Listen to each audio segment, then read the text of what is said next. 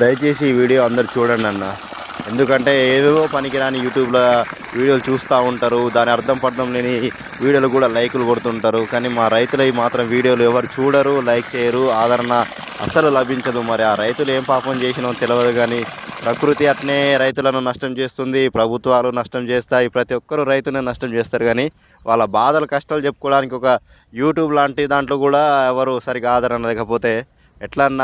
అందరికీ అన్నం కావాలి, అందరు తినడానికి అన్నం కావాలి, ప్రతి ఒక్కటి కావాలి. కానీ రైతుల బాధలు, రైతుల కష్టాల గురించి వాళ్ళు చేసే వీడియోలు మాత్రం ఎవరికి అవసరం లేదన్న. ఎందుకన్నా అంతగా ఏం పాపం చేసిర్రు రైతులు? మనకు ఫాస్ట్ ఫుడ్ సెంటర్లు ఉన్నాయి కదా, బేకరీలు ఉన్నాయి, ప్రతి ఒక్కటి అనుకుంటారుగా అన్న. ప్రతి ఒక్క ముడి పదార్థం అన్నీ మన రైతులు పండించిన పంట ద్వారానే కానీ వచ్చేటి. అక్కడే మన మిషన్లో కంప్యూటర్లో డౌన్లోడ్ చేసేది కాదు కదా. దయచేసి రైతులకు కూడా, రైతుల వీడియోలో కూడా రైతులను కూడా కొంచెం ఆదరించండి అన్న. ఈ వీడియో అందరికి షేర్ చేసి కొంచెం మా బాధలు కూడా చూపెట్టండి అన్న. ఇవన్న రైతన్నలకు